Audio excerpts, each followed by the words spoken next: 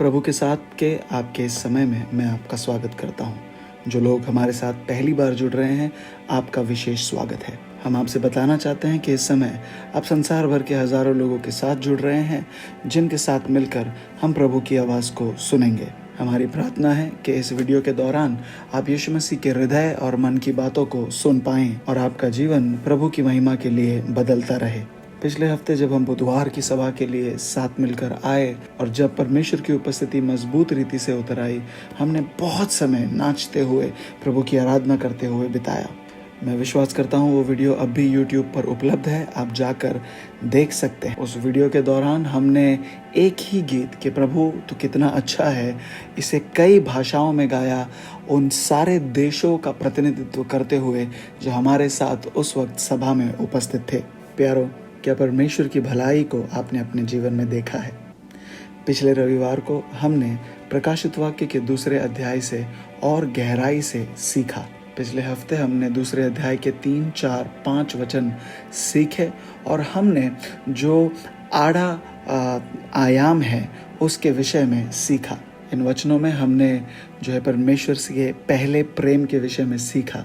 हमने सीखा कि किस तरह एक वो आयाम है जो मनुष्य और परमेश्वर के बीच का है, जिसे नीचे से ऊपर का आयाम कहा जाता है। और अगर हमें उस प्रेम में परिपक्व होना है तो हमें दाएं से बाएं जाने वाले आड़े आयाम में भी भरपूरी से बढ़ना है, जो एक दूसरे से प्रेम करने के विषय में है। हमने सीखा कि हमें किससे प्यार करना है, हमारे भाई से, हमारे उस भाई से जो हमारे साथ बैठकर परमेश्वर का वचन सीख रहा है। और अब समय है कि हम परमेश्वर के वचन में और गहराई से अध्ययन करें। मेरी मदद करें, आए साथ मिलकर हमारे नबी प्रॉफिट शायजू मैथ्यू का स्वागत करते हैं। हम प्रभु का धन्यवाद करते हैं इस अवसर के लिए, और मैं विश्वास करता हूँ कि ये मेरा सौभाग्य है कि मैं हफ्ते दर हफ्ते इस रीति से आपके साथ जुड़ पाता हूँ। और मैं प्रभु का धन्यवाद करता हूँ कि आपका ध्यान केंद्रित रहा है और आप इस यात्रा में हमारे साथ जुड़े हैं। विशेष करके पिछला पूरा हफ्ता, बुधवार के दिन, शुक्रवार के दिन, और जिस रीति से आपने मामा टीनी के जन्मदिन का समारोह मनाया, आपने बहुत सुंदर रीति से उनका आदर किया है। और मुझे बताया गया है कि अब भी केक जो है बाकी रहा है, क्योंकि इतना सारा सब कुछ लाया गया था और बहुत बड़ा केक बाकी रह गया है, तो हम शायद एक और समारोह कर सकते हैं। जी ज़रूर। और इसीलिए मैं कहना चाहता हूँ वो लोग जो आज कलीसिया में उपस्थित हैं, उनके लिए सभा के बाद अगर आप नीचे लाउंज में मिले, हम साथ मिलकर मामा टीनी के जन्मदिन का उत्सव मनाएंगे और साथ में आनंदित होंगे। तो ये सब कुछ सिर्फ उनके लिए जो मॉन्ट्रियल में है, तो झट से अपना फ़्लाइट पकड़िए और मॉन्ट्रियल आ जाइए। देखिए डैड, हम बहुत प्रभावित हुए इस बात से जब हम उनके जन्मदिन के लिए इकट्ठा हुए, तो मॉम ने सारा ध्यान अपने पर से हटाकर यीशु मसीह की ओर लगा दिया और बताया कि किस तरह उनका जीवन उनके प्रभु की सेवा के लिए पूरी तरह समर्पित है। जब उन्होंने आराधना करना शुरू किया तो किस रीति से सारा स्थान परमेश्वर की महिमा से भर गया था, और वो समारोह बहुत ही सुंदर था। और उनके जीवन के लिए हम प्रभु का धन्यवाद करते हैं। और मैं ये कहना चाहता हूँ कि सबसे ज़्यादा आशीषित मैं हुआ हूँ उनके जीवन से। जो कुछ भी मैं करता हूँ उनके बिना नहीं कर पाता। बहुत थोड़े लोग हैं जो मेरी यात्रा के, व्यक्तिगत यात्रा के इतने अहम भाग हैं। मेरे प्रभु परमेश्वर के बाद मेरी माता और मेरे आत्मिक पिता, और उनके बाद एक व्यक्ति है जो निरंतर हर दिन मेरे साथ खड़ी रही हैं, और वो मेरी पत्नी है। और उनके जीवन के लिए मैं प्रभु यीशु मसीह का धन्यवाद करता हूँ। जिस रीति से वो मेरे जीवन में मेरे संग खड़ी रही हैं, उस कारण मैं अपने जीवन के मकसद पर ध्यान दे पाया हूँ, और इस बात पर मैं एक पूरी किताब लिख सकता हूँ। और हम परमेश्वर का धन्यवाद करते हैं कि उन जैसी स्त्री जो है इस कलीसिया के लिए और रिवाइव नेशंस की पूरी सेवकाई के लिए एक माँ के रूप में परमेश्वर ने दी है। हम धन्यवाद करते हैं आपका इस यात्रा में सहभागी होने के लिए, और अपेक्षा यह है कि आप सभी अपने अपने पास्टर्स की जो पत्नियां हैं उनका इसी तरह सम्मान करें, आदर करें, क्योंकि जितना ज़्यादा पास्टर्स को आदर सम्मान दिया जाता है, उनकी वाहवाही होती है, उनकी पत्नियों को उतना ही नज़रअंदाज किया जाता है। लेकिन वो पास्टर तब तक अपना काम सही रीति से नहीं कर पाएंगे जब तक उनकी पत्नी आनंदित नहीं हैं। तो मेरी आशा आपसे ये है कि जहाँ कहीं आप हैं इस हफ्ते कोशिश करें कि आपकी पास्टर्स की जो पत्नी है वो आपके प्रेम को महसूस कर पाए। केवल शब्दों से धन्यवाद न करें, अपनी ताकत का इस्तेमाल करें, जो कर सकते हैं करें, ताकि उस रिश्ते में आप आनंद ला सकें। तो क्या आप आज के लिए तैयार हैं? प्रभु के दास, हम भूखे हैं, सीखना चाहते हैं। पिछले हफ्ते आपने प्रकाशित वाक्य 2 अध्याय हमने 3, 4 और 5 वचन सीखा था और उस दौरान आपने ऐसी कई बातें हमें सिखाई जो हमने पहले कभी नहीं सुनी थी। आपने बताया कि किस तरह पवित्र आत्मा स्वयं कलीसिया को यीशु मसीह के पास ले जा रहा है। जिन बातों को आपने हमें बताया उस रीति से हमने उन्हें पहले कभी नहीं सुना था और इस समय में उस गहराई से आप परमेश्वर का वचन हमें सिखा रहे हैं और इसी कारण हमारे अंदर एक और गहरी भूख परमेश्वर के वचन के लिए निर्माण हो रही है और उस बात के लिए हम आपका धन्यवाद करते हैं। सारी महिमा प्रभु यीशु मसीह को। प्रभु के दास, आज हम सीखने के लिए उत्सुक हैं, तैयार हैं। आज हम जिस श्रृंखला की शुरुआत कर रहे हैं वो बहुत ही ज़रूरी है, नाजुक है। अगर हम वचन के इतिहास को देखें तो अलग अलग रीति से प्रभु का वचन उसके लोगों तक आया। लोगों को प्रभु के दर्शन हुए, कई लोगों को आत्मा में उठा लिया गया, कई लोगों को परमेश्वर की प्रेरणा से शब्द मिले, उन्होंने पत्रों को लिखा। पर ये जो पत्र है वो अलग है, क्योंकि ये एक परमेश्वर का दास है जो प्रभु यीशु मसीह से आमने सामने मुलाकात कर रहा है और ये मुलाकात स्वर्गीय स्थानों में हो रही है। अगर हम ध्यान दें, पुराने करार में जब मूसा ने परमेश्वर से मुलाकात की तब मानो ऐसा हुआ कि स्वर्ग की चीज़ों को मानो छुआ जा सकता था। मूसा शारीरिक रूप से उस पर्वत के ऊपर था और उस पर्वत के ऊपर बादल उतर आए थे और उस समय में उसने परमेश्वर की आवाज को सुना। लेकिन ये जो अध्याय है उससे अलग है। यहाँ पर हम देखते हैं कि यूहन्ना एक स्वर्गीय आयाम में कदम रख रहा है। आप ये देख पाते हैं कि परमेश्वर की आवाज उस तक आती है और कहती है ऊपर की तरफ आ जा। ये वो समय है जब यूहन्ना को उस स्थान पर ले जाया जा रहा है, उस आयाम में जहाँ परमेश्वर है। और वहाँ यूहन्ना यीशु को दीप स्तंभों के बीच खड़ा पाता है। वो खड़ा है, देख रहा है और सीधा प्रभु यीशु मसीह के मुंह से निकलने वाले शब्दों को सुन रहा है। ये जो पत्र है किसी भी और लिखे हुए पत्र से अलग है, क्योंकि ये किसी की अपनी गवाही है जो अब यीशु मसीह की आवाज़ को सुन रहा है, मुलाकात कर रहा है और ये बातें शारीरिक स्तर पर नहीं, आत्मा के स्तर पर हो रही हैं। और इन सारी बातों को ध्यान में रखते हुए अगर ये वचन यूहन्ना ने एक ऊंचे स्तर से पाया है तो हम भी जब इस वचन का अध्ययन कर रहे हैं तो केवल इसे ऐतिहासिक रूप से देखकर हमें इसकी कीमत को कम नहीं करना। साथ ही हम इसका कोई साधारण तत्वज्ञानी अर्थ नहीं निकाल सकते। दुखद बात यह है कि कई तत्वज्ञान जानने वाले ऐसा ही करते हैं। जब आपको ये पता चला है कि कोई पत्र आप तक पहुंचा है जो एक बहुत ही ऊंचे स्तर से लिखा गया है, तो उस पत्र की बातों को समझने के लिए आपका भी स्वयं उस ऊंचे स्थान से जुड़ा हुआ होना जरूरी है। और अगर ऐसा न हो तो ये खतरा बना रहता है कि हम शायद उस पत्र को समझ तो लेंगे पर उस पत्र के पीछे की आत्मा को नहीं समझ पाएंगे। और जब हम केवल उस पत्र या व्यवस्था को समझते हैं तो हम उसके द्वारा मृत्यु को भी थाम लेते हैं,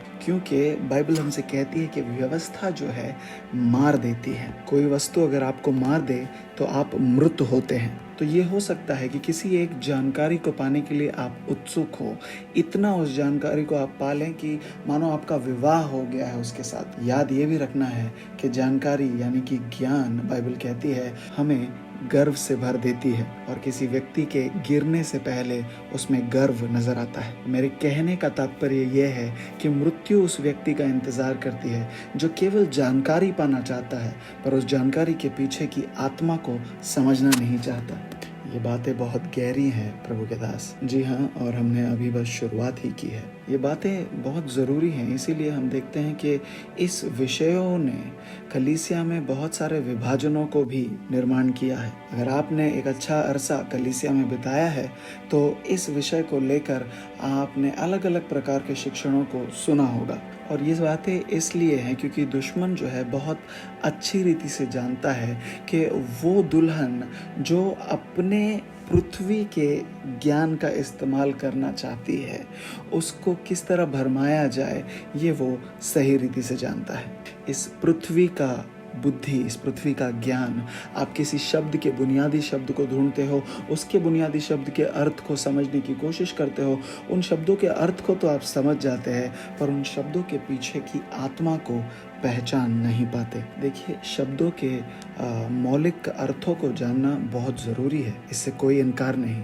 लेकिन अगर परमेश्वर के वचन के, व्यवस्था के इस शब्द को समझने के लिए हम केवल उसी औजार का इस्तेमाल करें तो हम परमेश्वर की आवाज़ सुनने में चूक जाएंगे।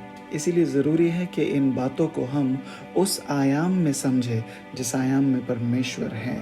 हमने इन बातों को यीशु मसीह के दिल की धड़कनों में समझने की ज़रूरत है। और जैसे मैं इस श्रृंखला की शुरुआत कर रहा हूँ, मेरे अंदर जो एक बड़ी चिंता है वो ये है कि ये केवल एक शिक्षण बनकर न रह जाए, कि हम सही रीति से इन वचनों को पढ़ सके, मनन कर सके, अपनी आत्माओं को शांत कर कर हम सीख पाएं।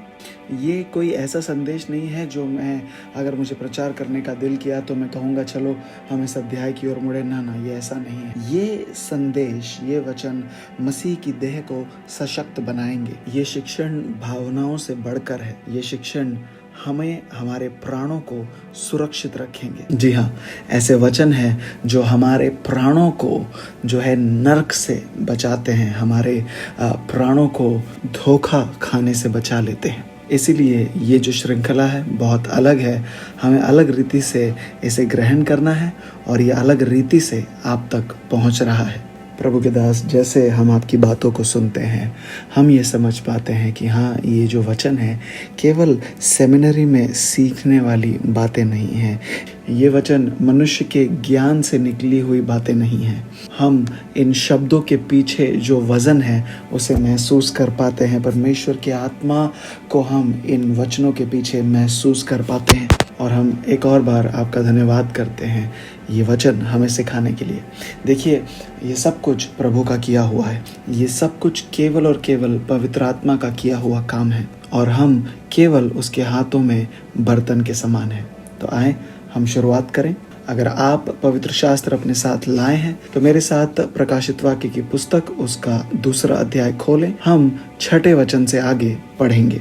प्रकाशित वाक्य 2 अध्याय 6 वचन से आगे। पर हाँ, तुझ में यह बात तो है कि तू निकोलाइयों के कामों से घृणा करता है, जिनसे मैं भी घृणा करता हूँ।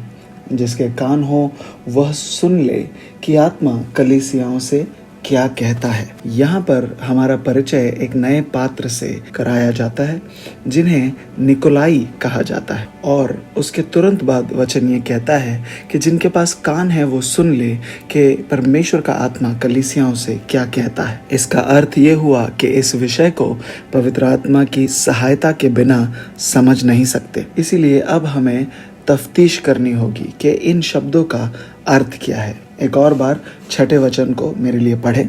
और इस वचन में प्रभु उनकी सराहना कर रहे हैं और क्या कहते हैं कि हाँ, तुझ में यह बात तो है कि तू निकोलाइयों के कामों से घृणा करता है, कि वे निकोलाइयों के कामों से घृणा करते हैं और ये ऐसे काम है जिनसे मैं भी घृणा करता हूँ। तो एक समूह से प्रभु परिचय करा रहे हैं और कहते हैं कि इनके जो काम हैं उनसे तुम नफरत करते हो और इनके कामों से मैं भी नफरत करता हूँ।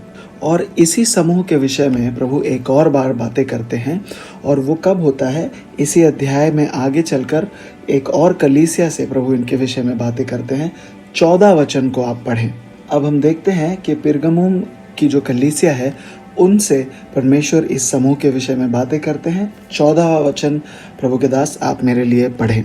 14वां वचन ऐसा है, पर मुझे तेरे विरुद्ध कुछ बातें कहनी हैं, क्योंकि तेरे यहाँ कुछ ऐसे हैं जो बिलाम की शिक्षा को मानते हैं, जिसने बालाक को इज़राइलियों के आगे ठोकर का कारण रखना सिखाया। तो प्रभु ये कह रहे हैं कि ये व्यक्ति किस रीति से काम करता है। वो इज़राइल के लोगों के सामने ठोकर खाने वाली चीज़ों को रखता है। उन्हें कलीसिया से बाहर निकालना उसका उद्देश्य नहीं, मगर अंदर ही गिराना है। ठीक है, हम आगे पढ़ेंगे। ताकि वे मूर्तियों पर चढ़ाई गई वस्तुएं खाएं और व्यभिचार करें। तो अब यहाँ पर हमें सावधान रहना है। कोई जब इस वचन को सुन रहा होगा तो वो शायद ये सोचेगा कि ये वचन मुझ पर लागू नहीं होता, क्योंकि मैं मूर्तियों की आराधना नहीं करता।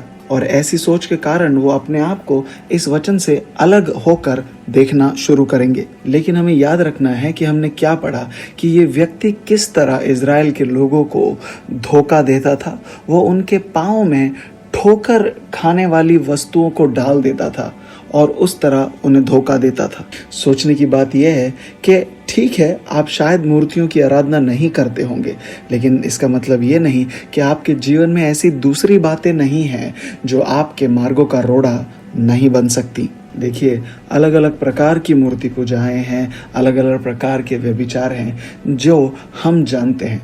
और जैसे ही हमने ये कहा, कुछ लोगों ने शायद मन में ही एक फहरिस्त बना ली कि देखिए 1 2 3 4 मैं ये बातें नहीं करता, तो ये शायद वचन मुझ पर लागू नहीं होते। देखिए, जब परमेश्वर का वचन व्यभिचार के विषय में बातें करता है, ये किसी और दिन का विषय है और हमारी प्रार्थना है कि प्रभु हमें अनुग्रह दे कि हम इस विषय को गहराई से सीख पाएं। व्यभिचार का अर्थ ऐसा है कि आप कुछ ऐसी बातों में शामिल हो जाते हैं जिनमें आपको शामिल नहीं होना चाहिए था। उदाहरण के तौर पर यहूदा की पुस्तक में जब स्वर्गदूतों की बात की गई है, ठीक है, हम थोड़ा धीमे जाएंगे क्योंकि मुझे पता नहीं कि आज मैं कितनी बातों को आपको सिखा पाऊंगा, मगर हम पवित्र आत्मा को अनुमति दें कि वो हमें चलाएं और हम देखेंगे कि हम कितना सीख सकते हैं आज। ठीक है, तो हम आगे बढ़ेंगे। 15वां वचन पढ़ें आप। 15वां वचन, वैसे ही तेरे यहाँ कुछ ऐसे हैं जो निकुलाइयों की शिक्षा को मानते हैं। तो अब यहाँ एक समूह है जो पहले से ही धोखा खा चुका है और उनसे प्रभु ये कहता है कि तुम्हारे बीच ऐसे भी लोग हैं जो निकुलाइयों की शिक्षा को मानते हैं। तो प्रभु अब ऐसा कर रहे हैं कि उन्होंने जो क्रियाएं की हैं उनका उल्लेख कर रहे हैं और उसका कारण ये कह रहे हैं कि तुम्हारे बीच में जो काम देखने को मिलते हैं वो एक शिक्षण का नतीजा है। कहते हैं कि तुम कुछ शिक्षणों को थामे हुए हो, ऐसे शिक्षण जो तुमसे जिनका परिचय कराया गया था, ऐसे शिक्षण जिनके कारण पाप का स्वभाव उनके बीच में होना मानो रोज की बात हो गई, साधारण बात हो गई। इसीलिए मैंने कहा आपसे कि हम 2 रीति से इन वचनों को देख सकते हैं। या तो ऐतिहासिक रूप से देखकर हम कह सकते हैं हाँ देखिए इसमें ये बात है, ये बात है, ये बात है और इस कारण ये बातें हुई, या तो हम इन वचनों को हम तक पहुंचाने वाले परमेश्वर के मन को समझे कि वो क्यों इन बातों को कह रहा है और इन बातों का हमारे जीवन पर कैसा असर होता है, और ये भी कि इन बातों को आज के इस समय में व्यवहारिक रूप पर अपने जीवन पर कैसे लागू किया जाए। ठीक है, तो वो कह रहा है कि एक शिक्षण है जिसे तुमने अपने बहुत करीब रखा हुआ है और उस शिक्षण पर जैसे तुम मनन कर रहे हो, जितना ज़्यादा तुम उस शिक्षण पर ध्यान दे रहे हो, उतना ही ज़्यादा कुछ बातों को, कुछ पापों को तुमने अपने जीवन में जगह दे दी है और अब तुम्हारी आत्मा इन पापों को मानो सराहती है और उनकी तरफदारी करने में भी चूकती नहीं। इन सब का कारण क्या है? क्योंकि तुमने एक गलत शिक्षण को थाम लिया है। वचन कहता है कि उन्होंने निकुलाइयों के शिक्षणों को अपने बीच जगह दे दी थी। तो हम ये देखते हैं कि इस शिक्षण के कारण इनके अंदर कुछ ऐसे काम नजर आने लगे थे जिन कामों के विषय में प्रभु कहता है कि मैं उनसे नफरत करता हूँ। ठीक है, हम आगे बढ़ते हैं। 16वां वचन, अतः मन फिरा, नहीं तो मैं तेरे पास शीघ्र ही आकर अपने मुख की तलवार से उनके साथ लड़ूंगा और इसीलिए अब परमेश्वर उनसे ये कहते हैं कि तुम्हें पश्चाताप करना है, और अगर तुम पश्चाताप न करो तो मैं तुम्हारे पास आऊँगा। और कैसे आऊँगा? मैं अपने मुख की तलवार को लेकर तुमसे और तुम्हारे इस पाप से लड़ने आऊँगा। तब सवाल ये उठता है कि ये मुख की तलवार क्या है? वो दो धारी तलवार, परमेश्वर का वचन। तो अब परमेश्वर कहते हैं कि किस रीति से ये शिक्षण जो इनके मुंह से निकल रहा है, मैं इसके विरुद्ध कैसे आऊँगा। मैं स्वर्ग से इसके खिलाफ आग नहीं बरसाऊंगा, लेकिन मैं इसके विरुद्ध अपने मुख की तलवार के द्वारा आऊँगा, अपने वचन के द्वारा मैं इसके विरुद्ध आऊँगा। मैं इन गलत शिक्षणों के विरुद्ध में मेरे उत्तम वचनों को लेकर आऊँगा। देखिए, जब बेहतर और उत्तम वचनों को, शब्दों को किसी वातावरण में बो दिया जाता है, तब उससे निचले दर्जे के जो शब्द हैं, शिक्षण है, उनका नाश हो जाता है। तो परमेश्वर ये कहते हैं कि मैं ऐसा करूँगा। तुमने शब्दों का इस्तेमाल किया है, शिक्षणों का इस्तेमाल किया है मेरे लोगों को मुझसे दूर करने के लिए। तुम शब्दों का इस्तेमाल करके उनके मार्गों में ठोकर खाने की चीज़ें तैयार कर रहे हो। तुम शब्दों को उनके मार्गों का रोड़ा बना रहे हो। तुम शब्दों का इस्तेमाल करके कुछ नए पापों को उनके जीवन में जो तुम उनसे परिचय करा रहे हो, और उन्हीं शब्दों का इस्तेमाल करके तुम उन्हें ये एहसास दिला रहे हो कि ये पाप जीवन में होना कोई बुरा नहीं है। और प्रभु कहते हैं, इन तुम्हारे शब्दों के विरुद्ध में मैं अपने शब्दों को लेकर आ रहा हूं। ये मानो ऐसा है कि परमेश्वर अय्यूब से कहता है कि चल उठ, बैठ और मुझसे तर्क कर। हम देखते हैं क्या तू मुझसे तर्क कर सकता है। देखिए, हमारा जो परमेश्वर है वो धर्मी है, न्यायी है। वो कुछ माता पिताओं जैसा नहीं है जो कहते हैं कि हमारी सारी बातें केवल इसलिए मान लो क्योंकि हम तुम्हारे माता पिता हैं। जी हाँ, परमेश्वर कहता है कि मैं मेरे कारणों को लेकर आने वाला हूँ, और तुम हो सके तो उन कारणों के विरुद्ध अपने शब्दों को मेरे सामने रखना, क्योंकि तुम्हारे जो शब्द हैं, तुम्हारे जो शिक्षण हैं, उनके आगे बस न्याय ही हो सकता है। तो आज हम कोशिश करेंगे कि इन शिक्षणों की जो बुनियादें हैं उन्हें हम समझ सके। कृपया मेरे साथ प्रेरितों के काम की पुस्तक को खोलें। हम 6 अध्याय के 5वें और 6ठे वचन को पढ़ने जा रहे हैं। कृपया मेरे लिए इन वचनों को पढ़ें। वचन कहता है, यह बात सारी मंडली को अच्छी लगी, और उन्होंने स्तिफनुस नामक एक पुरुष को, जो विश्वास और पवित्र आत्मा से परिपूर्ण था, और फिलिपुस और पुरखुरुस और निकानोर और तीमोन और परमिनास और अंतियाकी निवासी निकुलाउस को, जो यहूदी मत में आ गया था, चुन लिया। तो मैं आशा करता हूँ कि आपने उस नाम पर गौर किया होगा कि किसे चुन लिया।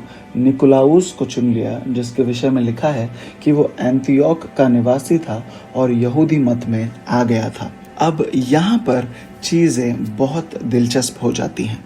प्रभु के दास, हम सीखने के लिए बहुत उत्सुक हैं। देखिए, ये अध्याय हमें बताता है कि किस तरह प्रेरितों ने यह निर्णय लिया कि वे अपना पूरा समय प्रभु के वचन की सेवकाई और प्रार्थना में बिताएंगे। तो उन्होंने मंडली के लोगों से कहा कि तुम ऐसे 7 लोगों को चुन लो जो पवित्र आत्मा से और बुद्धि से भरे हुए हैं, जिन्हें हम मेज की सेवकाई की जिम्मेदारी दे सके, और हम स्वयं प्रार्थना और परमेश्वर के वचन की सेवकाई पर ध्यान देंगे। और हम ये भी देखते हैं कि ये जो 7 चुने हुए लोग थे, ये भी पवित्र आत्मा से भरे हुए थे। उदाहरण के तौर पर स्टीफन, जिसका परमेश्वर ने बहुत ही भारी इस्तेमाल किया, इतना वो बुद्धि से भरा हुआ था, उसका चेहरा स्वर्गदूत के समान चमक रहा था। तो हम ये देखते हैं कि ये जो 7 चुने हुए लोग थे, ये भी प्रचार करने के लिए अभिषेक किए गए थे। उनके ऊपर बुद्धि का अनुग्रह था। बुद्धि यानी कि सही समय पर सही बातों को बोलने का अनुग्रह। और इन 7 लोगों की समूह में निकोलाउस जो था वो 7वां व्यक्ति था। जैसे कि यीशु मसीह के चेलों के 12 लोगों के समूह में यहूदा भी 12वां था। देखिए, ये बात बहुत दिलचस्प है कि सारे सुसमाचारों में जहाँ चेलों के नाम लिखे गए हैं यीशु मसीह के, उनमें यहूदा का नाम आखिर ही लिखा जाता है। और यहाँ पर भी निकोलाउस का नाम इन 7 में सबसे आखिरी में लिखा गया है। और उसके नाम के आगे एक बहुत ही ज़रूरी जानकारी दी गई है उसके विषय में। और उसके विषय में जानकारी ये दी गई है कि वो एक अन्य जाति का व्यक्ति था जो अब यहूदी बन गया था। और ऐसा करने के लिए उसने खतना भी करवाया था। और अगर कोई व्यक्ति अपनी प्रौढ़ अवस्था में खतना करवाता है तो बहुत ही शारीरिक रीति से दर्द भरा अनुभव होता है। और ऐसे लोग जो अन्य जाति से यहूदी जो है बनते हैं, वो बहुत ही ज़्यादा जो है लगन से भरे होते हैं, मानो बहुत ज़्यादा रीति रिवाजों में, परंपराओं में दृढ़ होते हैं। ये बात सोचने समझने लायक है कि अगर वो अन्य जाति से यहूदी बना है तो उस बात के लिए उसने कठिन जो है समर्पण दिया होगा, क्योंकि ये आसान नहीं है। और ऐसा व्यक्ति अब यहूदी धर्म को छोड़कर वो मसीही बन गया है, यीशु मसीह के शिक्षणों पर चलने लगा है। तो इन बातों पर ध्यान दे अगर हम, तो ये समझ पाते हैं कि निकोलाउस शायद एक ऐसा व्यक्ति था जो एक जगह स्थिर नहीं था। वो एक जगह से दूसरी जगह जो बातें अब ज़्यादा प्रचलित थीं उनके पीछे चला करता था। यानी कि उसके शिक्षणों में उसके जो जड़ें थी वो मजबूत नहीं थी। हाँ, उसमें लगन ज़रूर बहुत ज़्यादा थी। उदाहरण के तौर पे आप प्रेरित पौलुस को ले लीजिए, वो बहुत ज़्यादा लगन से भरे हुए थे। अगर आप उनके जीवन को देखेंगे तो समझ पाएंगे किस तरह अलग अलग समयों पर अलग अलग चेलों के साथ उनके विवाद भी हुए। कई बार दूसरे चेलों के साथ जाने से उन्होंने मना कर दिया। ये सब क्यों? क्योंकि लगन बहुत ज़्यादा थी। एक ऐसी लगन जिस पर किसी ने रोकथाम नहीं की। आप लगन से भरे हुए हो, लेकिन आप अपने भाई बहनों की परवाह नहीं करते। लगन से इतने भरे होते हैं, कहते हैं कि प्रभु की सेवा करनी है, प्रभु के लिए सब कुछ करना है, मैं इन बातों में कभी जो है समझौता नहीं करूँगा। लेकिन ऐसा करते हुए वो कई लोगों को चोट पहुँचा देते हैं। आप देखेंगे पौलुस के जीवन में, उसके जीवन के अंत की तरफ जब वो बढ़ता है तब उसके अंदर थोड़ा ठहराव आ जाता है। आप देखते हैं कि पौलुस के बाद के पत्रों में वो कहता है कि मैं मार्कुस का इंतज़ार करूंगा। वो मार्कुस जिसके साथ पहले कभी उसके विवाद हुआ करते थे, वो अब आगे चलकर बरनबास के शिकायतें नहीं करता, पर उसके बारे में अच्छी बातें कह रहा है। तो अगर हम उसकी तुलना में पतरस का जीवन देखें तो पतरस भी बहुत ज़्यादा लगन से भरा हुआ था। इतनी लगन उसके अंदर थी कि उसने यीशु मसीह के लिए किसी के ऊपर हमला कर दिया, किसी के कान को काट दिया। तो आप उसकी तुलना किसी के साथ नहीं कर सकते। लेकिन किसी तरह प्रभु यीशु मसीह ने उसके दिल को जान लिया, समझ लिया। प्रभु ने पतरस को दिखाया कि वो असल मायने में कितना कमज़ोर है, कितना नाजुक है। जब पतरस ने ये कहा कि प्रभु मैं आपके लिए कुछ भी करने को तैयार हूँ, मैं आपके लिए मरने को तैयार हूँ, प्रभु ने उससे कहा नहीं, तू इसका उल्टा करेगा, तू 3 बार मेरा इनकार करेगा। जब प्रभु यीशु मसीह ने पतरस को उसके अपने हृदय का टूटापन दिखाया और उसे ये समझाया कि सुन, तू यहाँ मेरी मदद करने के लिए नहीं आया है, मैं यहाँ आया हूँ ताकि तेरी मदद कर सकूँ। उस टूटेपन का सामना करते हुए पतरस ने थोड़ा समय जो था मायूसी में बिताया। तब यीशु मसीह उसके पास पहुँचे और कहा कि सुन, अगर अब तू पश्चाताप करेगा तो तुझे अवसर है कि तू मेरे भेड़ों को संभाले, उन्हें संभाल, उन्हें खिला। और उसके बाद आप पतरस के जीवन के बदलाव को देखते हो, उसके चरित्र में बदलाव, उसकी भाषा में बदलाव देखते हो। एक समय ऐसा था जब पौल और पतरस के बीच कोई विवाद सा उठा, और जब पौलुस उसका विरोध कर रहा था तो पतरस को आप ये कहता हुआ नहीं सुनते कि पौलुस मुझसे तेरा दूर ही रहना। पिछली बार जब कोई मुझसे लड़ा था तो मैंने उसका कान काट दिया था। पतरस उससे ये कह सकता था, देख पौल, तू कल आया है, मैं मेरे समूह में सबसे पहले से हूँ और सबसे ऊंची आवाज़ मेरी रही है। पतरस ये कह सकता था कि मैं पहले से हूँ यहाँ पर और मैं वो हूँ जो पानी पर चला, मगर उसने कभी भी अपनी बढ़ाई नहीं की। आप पतरस को कभी ये कहता हुआ नहीं सुनेंगे कि देखो एक समय की बात थी, तूफान था, मैं पानी पर चल रहा था, जब मैंने 3 कदम लिए बाकी सारे चेले नाव में बैठे हुए थे ना, उसके बातों में ये नज़र ही नहीं आता था। लेकिन अगर आप प्रेरित पौलुस के पत्रों को देखें तो वो बहुत अपनी बढ़ाई करता हुआ नजर आता है। तो इन दोनों में आखिर फ़र्क क्या है? एक ऐसा था जिसमें बहुत ज़्यादा लगन थी, उसे संतुलन में आने के लिए थोड़ा समय लगा, समझदार बनने में थोड़ा समय लगा। उसमें बहुत सारे वरदान थे, बहुत अभिषेक था, बहुत ज़्यादा लगन थी। हम अपने आप को भी देखते हैं कि हम जब इतने ज़्यादा लगन से भरे होते हैं, हम ध्यान नहीं देखते कि हमारा बर्ताव कैसा हो गया है। और ऐसी बातों को आप कई जवान सेवकों के अंदर देखते हैं।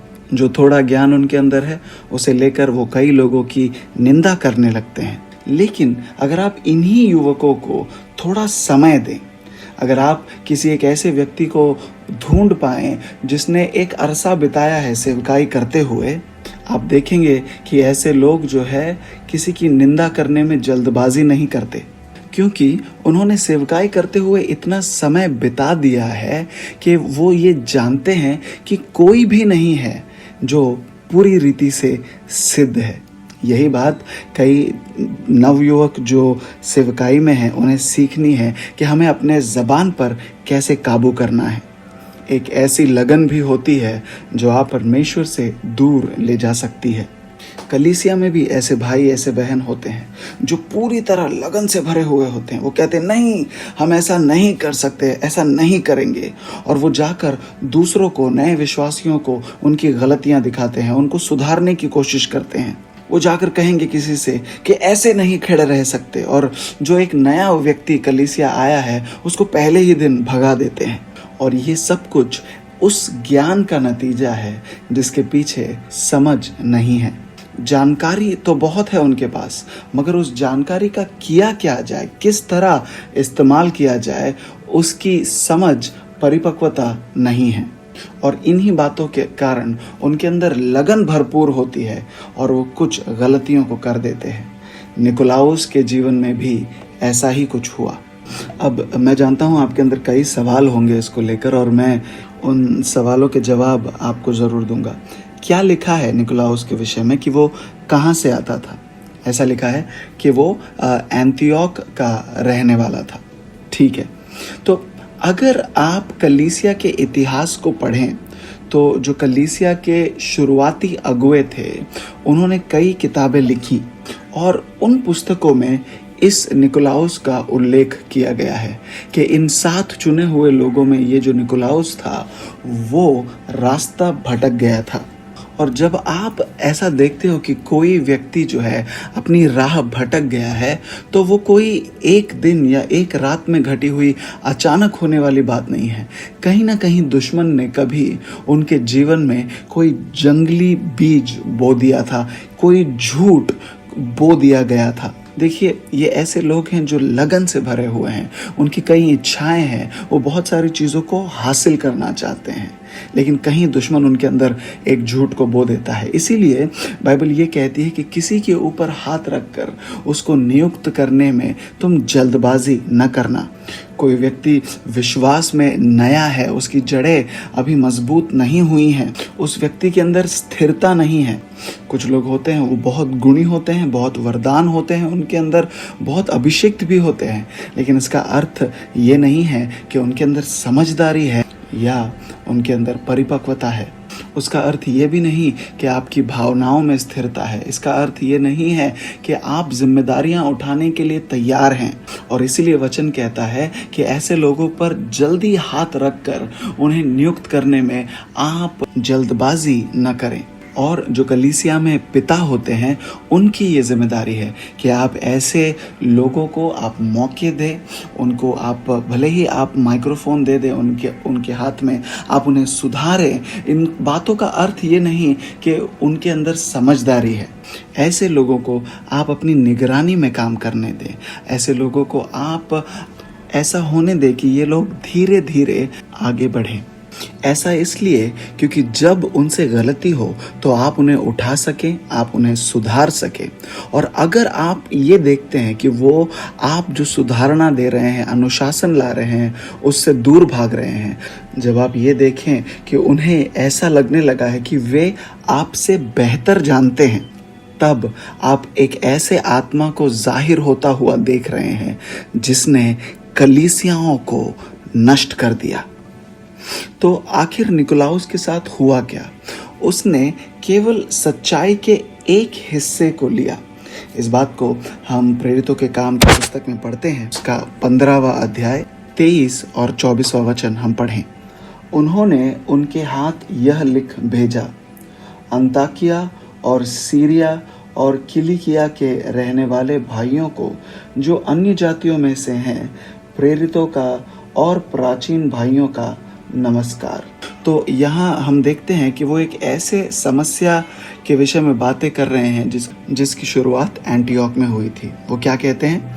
हमने सुना है कि हम में से कुछ ने वहाँ जाकर तुम्हें अपनी बातों से घबरा दिया और तुम्हारे मन उलट दिए हैं, परंतु हमने उनको आज्ञा नहीं दी थी। वो कहते हैं कि कुछ लोग हम में से निकलकर वहाँ पर आए थे। ये वे लोग थे जिनको हमने चुना था, हमने उनके ऊपर हाथ रखा था, और इस कारण से ही जब वो यहाँ से निकले थे तो एक मोहर सी थी उनके ऊपर कि वे हमारे साथ के लोग हैं। लेकिन असल मायने में वो हमारे संग नहीं थे। अगर आप ध्यान दें इस अध्याय को, इसकी शुरुआत पर, तो आप देखेंगे कि एक बहुत बड़ा विभाजन हुआ इस बात को लेकर कि आखिर लोगों का उद्धार होता कैसे है और क्या लोगों के उद्धार होने के लिए खतने का होना ज़रूरी है। और उन हालातों में जो कलीसिया के अगुए हैं वो साथ आते हैं और उनके बीच पतरस खड़ा होता है और वो कहता है कि देखो, इन बातों को लेकर हमारे अंदर विभाजन नहीं होना चाहिए, क्योंकि हम सब जानते हैं कि हमारा उद्धार विश्वास से हुआ है और उस विश्वास के अंदर ज़रूरी नहीं है कि उद्धार के लिए खतने की ज़रूरत हो। तो पतरस जो है, ये जो शिक्षण में विभाजन था उसे सुधारता है और इस सुधारना के वचन को वो एंटियोक भेजता है कुछ लोगों के हाथों। तो हम यहाँ देखते हैं कि कलीसिया के जो अगुए हैं वो सुधारना लेकर आ रहे हैं, शिक्षणों में जो विभाजन है उसे हटा रहे हैं। और इसीलिए वो कहते हैं कि हम में से कुछ लोग निकल कर वहाँ आए हैं। और हमने अभी जाना कि निकोलाउस स्वयं एक अन्य जाति का व्यक्ति था जो यहूदी बना है। अब निकोलाउस को जो कलीसिया के अगुए हैं जिनसे उसने कुछ बातों को पाया, उन बातों को लेकर वो वहाँ आता है। याद रखें, उसके ऊपर हाथ रखे गए थे, नियुक्त किया गया था, मगर वो किस लिए था? कि वो मेज़ पर सेवकाई करे। उसका काम रोटी बांटना था, मगर हम देखते हैं कि वो अपने ओहदे का गलत फ़ायदा उठाता है। वो ये सोचने लगा कि अगर एक अगुआ बोल के मेरी नियुक्ति की गई है तो शायद मुझ में कुछ होगा। और ऐसे विचारों के कारण वो ऐसी जगहों पर, ओहदों पर जो है कदम रखता है जहां उसे नहीं रखना चाहिए था। वो लोगों को ऐसी बातें सिखाने लगता है जिन्हें सुधारने के लिए अब कलीसिया के अगुओं को, प्रेरितों को इन जगहों पर खत भेजने पड़ रहे हैं। और वो उन खतों में ये कहते हैं कि हम में से कुछ निकले ज़रूर हैं। 24वें वचन को अगर हम पढ़ें तो हम समझते हैं कि वो क्या कह रहे हैं। वो कहते हैं, हमने सुना है कि हम में से कुछ ने वहाँ आकर तुम्हें अपनी बातों से घबरा दिया है और तुम्हारे मन उलट दिए हैं, परंतु हमने उनको आज्ञा नहीं दी थी। इसीलिए हमने एक चित्त होकर ठीक समझा कि चुने हुए मनुष्यों को अपने प्रिय बरनबास और पौलुस के साथ तुम्हारे पास भेजें। वो कहते हैं कि हमने इन लोगों को नहीं भेजा था कि आपको वो गलत शिक्षण दे, इसीलिए अब हम पौलुस और बरनबास को भेज रहे हैं जो हमारे प्रिय हैं, और आप पौलुस और बरनबास की बातों को ही सुने। यहाँ पर हम देखते हैं कि किस तरह दुश्मन आखिर काम करता है। ऐसा कोई जो इन लोगों के प्रति भेजा नहीं गया था वहाँ जाता है और उन्हें सिखाना शुरू करता है। अगुओं ने क्या कहा, हमने उन्हें नहीं भेजा था, मगर आप फिर भी उनकी बातों को सुनने लगे। क्यों? क्योंकि वो एक ही कलीसिया के लोग थे। आपने उनकी बातें सुनी क्योंकि वो शायद आप ही के पंथ से थे, या उन्होंने आकर आपसे ये कहा कि वे भी मसीही हैं और आपने उनकी बातों को सुनना शुरू किया, उनके शिक्षणों को अपना लिया। आपने एक बार भी हमसे नहीं पूछा कि क्या हमने उन्हें वहाँ भेजा था। आपने ये जानने की भी कोशिश नहीं की कि ये जो व्यक्ति आकर आप सिखा रहा है क्या वो सही व्यक्ति है या नहीं। उसकी बातों को आपने सुन लिया और अब आपके बीच उलझन का माहौल है। अब यहाँ से बढ़कर हम देखने की कोशिश करेंगे कि इसकी शुरुआत आखिर कहाँ हुई थी। अगर आप बाइबल को यहूदा की पुस्तक की ओर ले जाएं, पहला अध्याय और चौथा वचन उसका पढ़ें। चौथा वचन यूँ कहता है, क्योंकि कितने ऐसे मनुष्य चुपके से हम में आ मिले हैं जिनके इस दंड का वर्णन पुराने समय में पहले ही से लिखा गया था। लिखा है कि कुछ लोग चुपके से आकर हम में मिल गए हैं।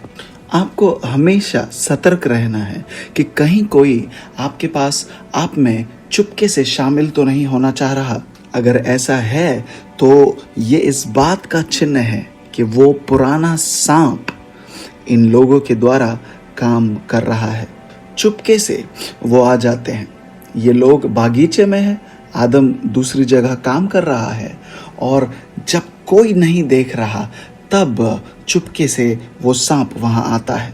वो आता है और हव्वा से बातें करना शुरू करता है, और उन बातों के दौरान वो उसे सिखाना भी शुरू करता है। पूरे समय हवा ये सोचती रहती है कि आदम बहुत व्यस्त है, कोई तो है जो मेरी खैर खबर ले रहा है, ये कितना अच्छा है, इसे मेरी परवाह है। लेकिन क्या ये सच है? क्या उसे सच में और कुछ नहीं चाहिए था, या दुश्मन ने उसे भेजा था कि उन दोनों को उस जगह से बाहर निकाल दे जहां परमेश्वर ने उन्हें रखा है? मैं आपको बताना चाहता हूं कि ये कुछ नया नहीं है। दुश्मन की ये जो योजना है, ये जो तरीका जिसके द्वारा वो काम करता है, ये कुछ नया नहीं है। इसकी शुरुआत बागीचे में ही हो गई थी। दुश्मन कैसे प्रवेश करता है? तब जब कोई देख नहीं रहा होता, चुपके से। आगे पढ़े, क्या लिखा है? जिनके इस दंड का वर्णन पुराने समय से पहले ही से लिखा गया था। ऐसा लिखा है कि इन पर पहले ही से दंड की आज्ञा थी।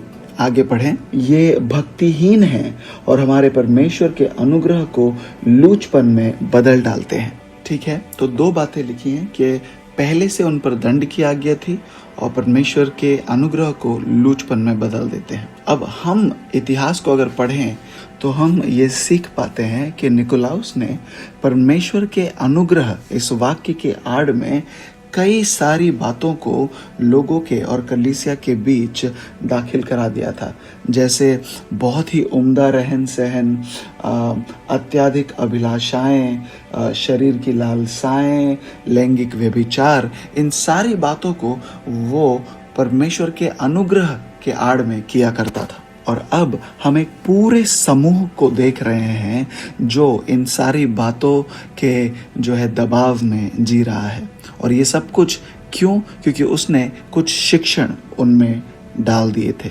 तो आखिर वो क्या सिखा रहा था? इसीलिए इस विषय को हम निकोलाइयों के शिक्षण कहते हैं।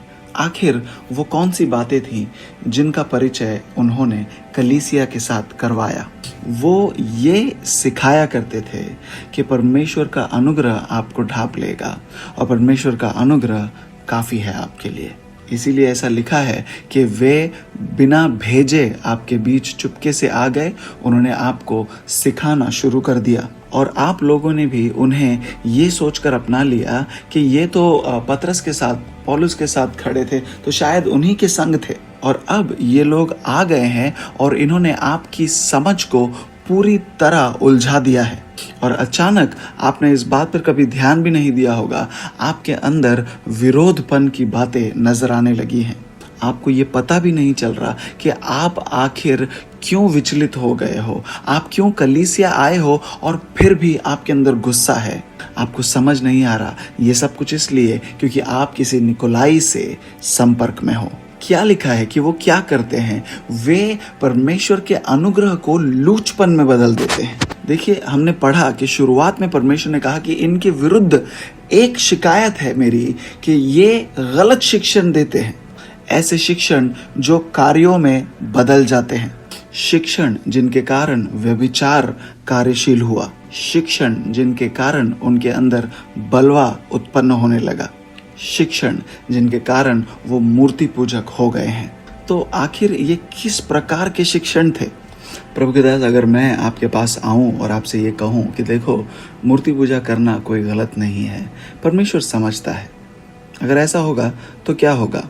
आप सोचेंगे कि ये कुछ डरावनी बातें कर रहे हैं। लेकिन इसके बजाय अगर मैं आपसे आकर कहूं कि देखो, परमेश्वर का अनुग्रह जो है ना, वो समझता है कि आपको मजबूरन उस मूर्ति के सामने खड़ा होना पड़ा, ठीक है, आपको घबराने की जरूरत नहीं। और ऐसा कह के मैं मानो आपको पाप करने की अनुमति दे रहा हूं। आखिर परमेश्वर का अनुग्रह करता क्या है? वो दोष को हमसे अलग कर देता है। देखिए, मैं आपसे आकर ये कह सकता हूँ कि परमेश्वर का अनुग्रह आपको ढांप लेता है, लेकिन ज़रूरी है कि आप उसी पाप में बने नहीं रहें। परमेश्वर का अनुग्रह आपकी कमज़ोरी को समझता है, प्रभु आपकी कमज़ोरी को जानता है और प्रभु आपकी मदद भी करेंगे कि आप उस कमज़ोरी पर विजयी हो जाएं। लेकिन इसके विपरीत ये लोग उन्हें क्या सिखा रहे थे कि परमेश्वर का अनुग्रह काफ़ी है, तो तुम अगर पाप का जीवन जी रहे हो तो जीते रहो। वो कहते, सुनो, हम अब मूसा की व्यवस्था और मूसा के वाचे के तले नहीं है, तो तुम जैसा जीना चाहते हो इस अनुग्रह के तले जी सकते हो। और ऐसे शिक्षणों को लाकर वो लोगों का जो परमेश्वर का ज्ञान था उसको उलझाने लगा और लोगों को गहरे पाप की ओर ले जाने लगा। वो ये सिखाते थे कि जब तक हम इस शरीर में जीवित हैं हम पाप कर सकते हैं, क्योंकि हमारी आत्मा का उद्धार हो गया है। ये सारी जानकारी जो कलीसिया के अगुए थे उन्होंने दर्ज की है। वो ये सिखाते थे क्योंकि हमारा शरीर जो है गिरा हुआ है, तो इस शरीर में पाप करने से कोई फर्क नहीं पड़ता। आपको आखिर अपने शरीर को यहीं छोड़ जाना है, आपकी आत्मा का उद्धार हो गया है, इसीलिए आप व्यभिचार भी कर सकते हैं। और ऐसे शिक्षणों को देकर उसने कलीसियाओं के ऊपर कब्जा कर लिया और इस हद तक बात बिगड़ गई कि अब परमेश्वर को स्वयं उन कलीसियाओं को इन शिक्षणों के विरुद्ध जो है चेतावनी देनी पड़ी। दो अलग कलीसियाएं थी और दोनों कलीसियाओं से परमेश्वर ने अलग अलग रीति से बातें की। पहली कलीसिया को परमेश्वर सराहते हुए कहते हैं कि तुमने निकोलाइयों के कामों से नफरत की है, मैं भी उन कामों से नफरत करता हूँ। पर दूसरी कलीसिया को वो डांट कर कहते हैं कि तुमने उनके शिक्षणों को अपने बीच जगह दी है और मुझे ये बात पसंद नहीं। पश्चाताप करो, वरना मैं मेरे वचन की तलवार को लेकर आऊँगा। पहली कलीसिया को उसने सराहा, मगर दूसरी कलीसिया को वो चेतावनी दे रहा है। वो कह रहा है तुम इन बातों को अपने बीच जगह दे रहे हो, पश्चाताप करो वरना मैं अपने मुख की तलवार लेकर आऊँगा। यानी वो कह रहे हैं कि मेरा वचन आएगा और फिर मेरा न्याय। मैं इस बात को दोहराना चाहता हूँ, परमेश्वर जब बोलते हैं उसके वचन के आने के बाद उसका न्याय आता है।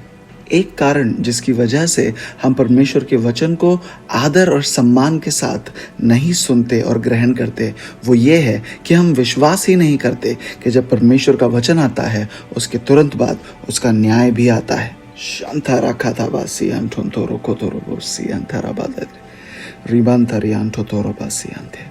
कई बार हम परमेश्वर के वचन को सुनते हैं और पवित्र आत्मा हमें हमारी गलतियों का एहसास दिलाता है और हम ये भी जानते हैं कि प्रभु चाहते हैं कि हम हमारे जीवन के उस भाग में बदलाव लाएं। लेकिन हम उनकी बातों को नज़रअंदाज करते हैं, ध्यान नहीं देते। हमें बस ऐसा लगता है कि पास्टर किसी वीडियो के द्वारा कुछ कह रहे हैं, सभी को कुछ ना कुछ कहना है, उनके ज़रिए पास्टर भी कुछ कह रहे हैं। आप परमेश्वर की आवाज़ को नज़रअंदाज करते हैं। वो आवाज़ जो आपको अनुशासन की तरफ बुला रही है, वो आवाज़ जो आपको बदलाव की तरफ बुला रही है।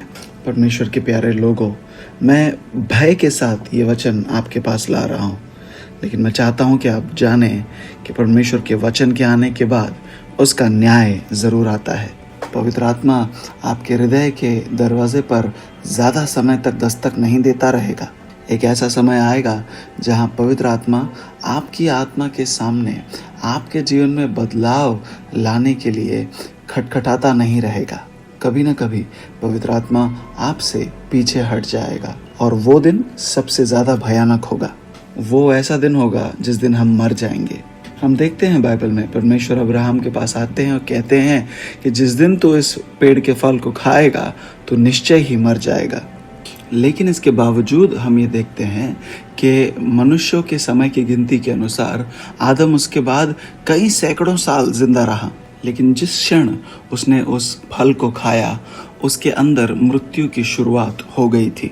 इस समय जैसे आप बैठे हैं, आपका शरीर बूढ़ा हो रहा है और हर गुजरता हुआ क्षण आपको मृत्यु के करीब ले जा रहा है। मगर लोग ये सोचते हैं कि जिस दिन असल में आदमी मर जाता है ना, उस दिन उसकी मृत्यु होती है। सच तो ये है कि आपकी मृत्यु कब की हो गई। आप हर दिन जो है उस मृत्यु के पूरा होने के करीब जा रहे हैं, जिस मृत्यु की शुरुआत आपके पैदा होने के दिन हो गई थी। जिस दिन आपने परमेश्वर की आज्ञा को उल्लंघन किया, मृत्यु ने आपके आत्मा में जगह बना ली। तो अगर आप देखें कि अरे मेरे आसपास तो कुछ नहीं हो रहा है, मैं तो अब भी खड़ा हूँ, मुझ में कोई तकलीफ नहीं है, ऐसे विचारों के कारण हम मूर्ख न बने। यहूदा की पुस्तक में ये लिखा हुआ है। अगले वचन को पढ़े, 5वां वचन।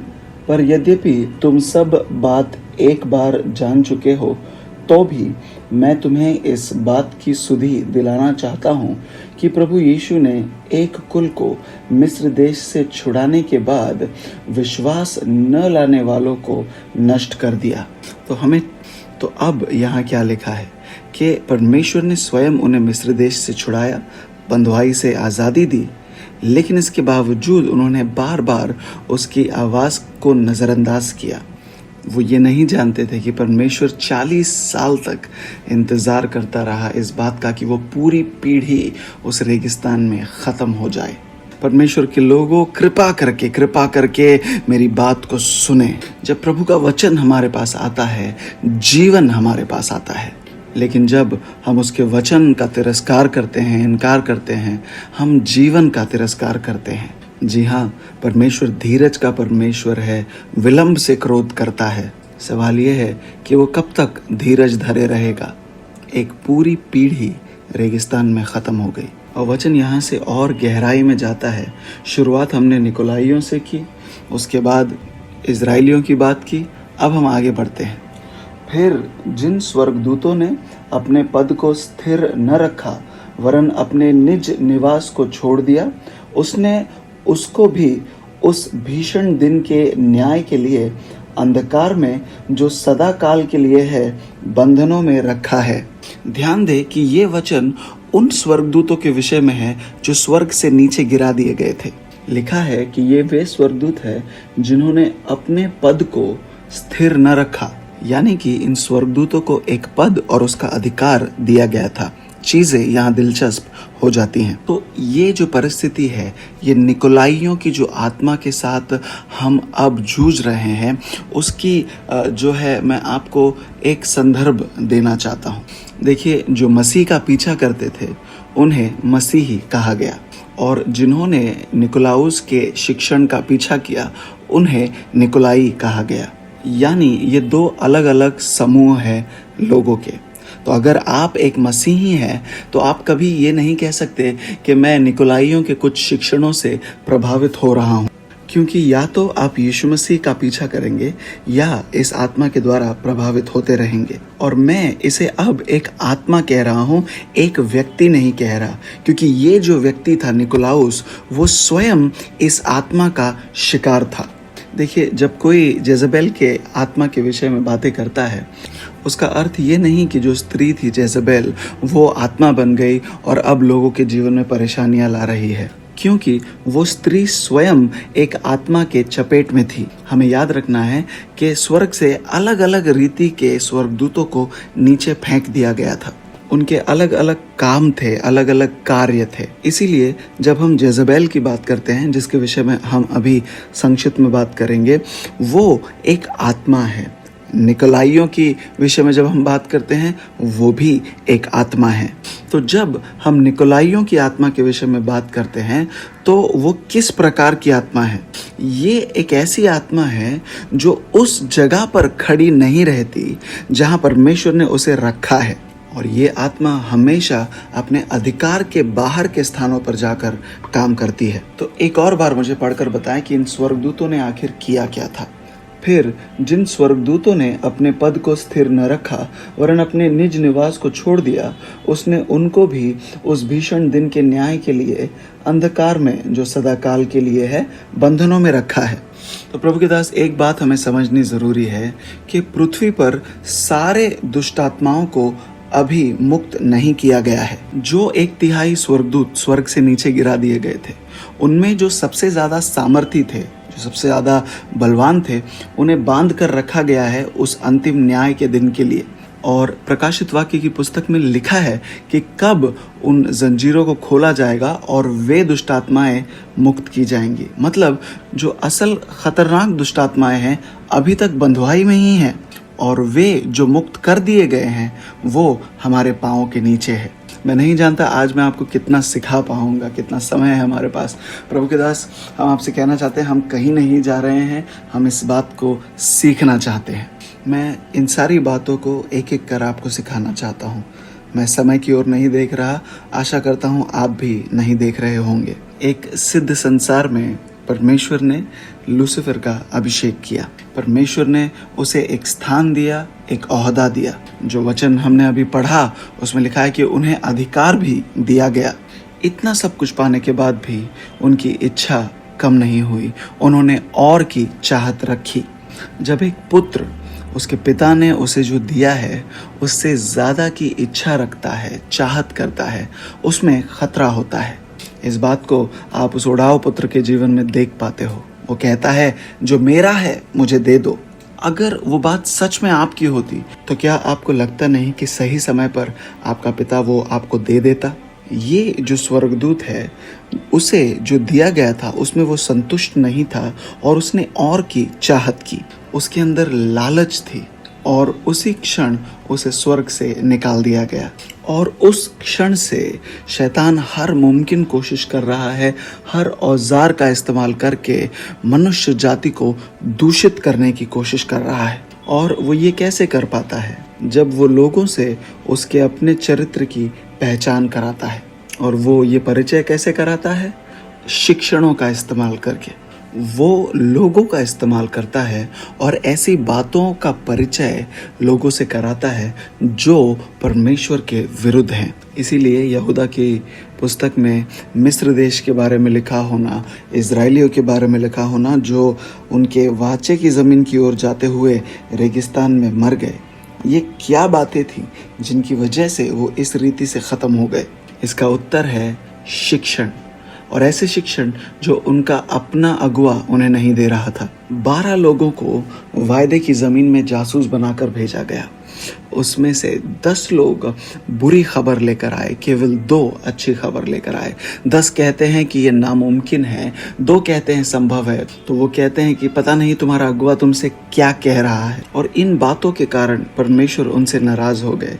एक नकारात्मक समाचार ने उन्हें नाश कर दिया।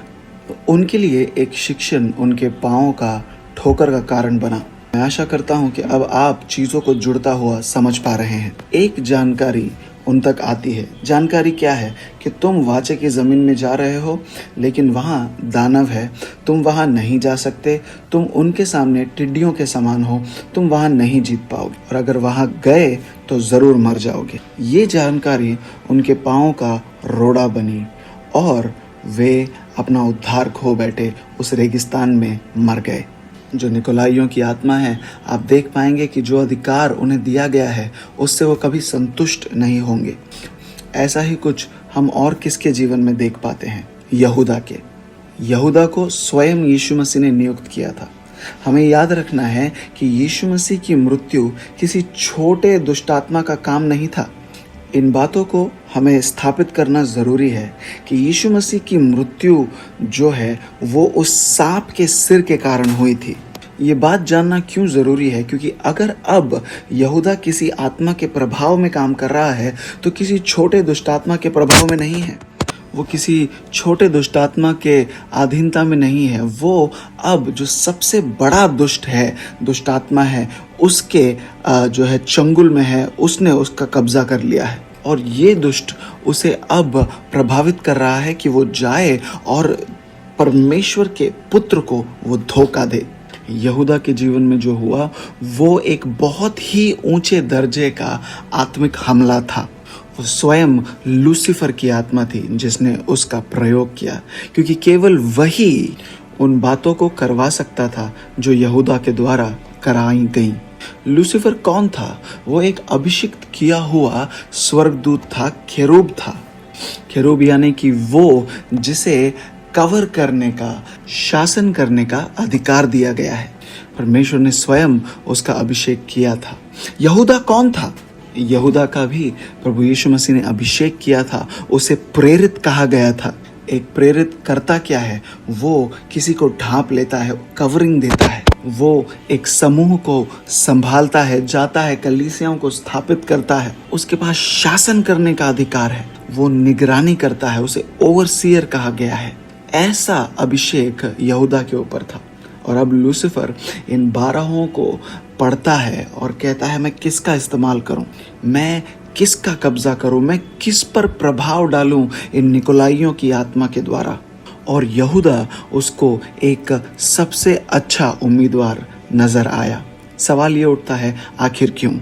कारण तो कई हैं, पर 2 सबसे ज़रूरी कारण जिसकी वजह से ऐसा हुआ वो ये हैं। पहला ये कि यहूदा अपने स्वामी के प्रति जवाबदेही बिल्कुल नहीं रखता था। अगर आप गौर करें तो सारी गलतियां जो पतरस ने की वो उसने अपने मालिक के सामने की। उसने जितनी मजाक को सहा, मजाक उसका बना, वो सब कुछ उसके मालिक के सामने हुआ। बात यहाँ तक पहुँच गई कि कई बार यीशु मसीह ने सबके सामने उसे डांट दिया। उसके सारे भाइयों के सामने यीशु मसीह ने उससे कहा, मेरे पीछे हो जा शैतान। लेकिन उस डांट में उसकी शर्मिंदगी नहीं थी, उस डांट में उसकी सुरक्षा थी, उस डांट में उसका जो है उद्धार था, उस डांट में वो एक तोहफा था।